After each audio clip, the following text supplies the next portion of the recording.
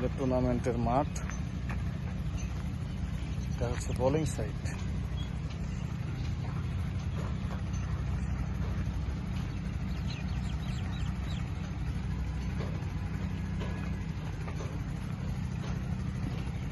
Pitch মোটামুটি ভালো, কোনো গর্ত মতো কিছু নাই, ভালো সব মিলে। ব্যাটিং সাইড, মাঠ মোটামুটি আর কি, খুব বেশি ছোটও না বড়ও না, সবাই 4-6 যাতে মারতে পারে সেরকম মাঠ।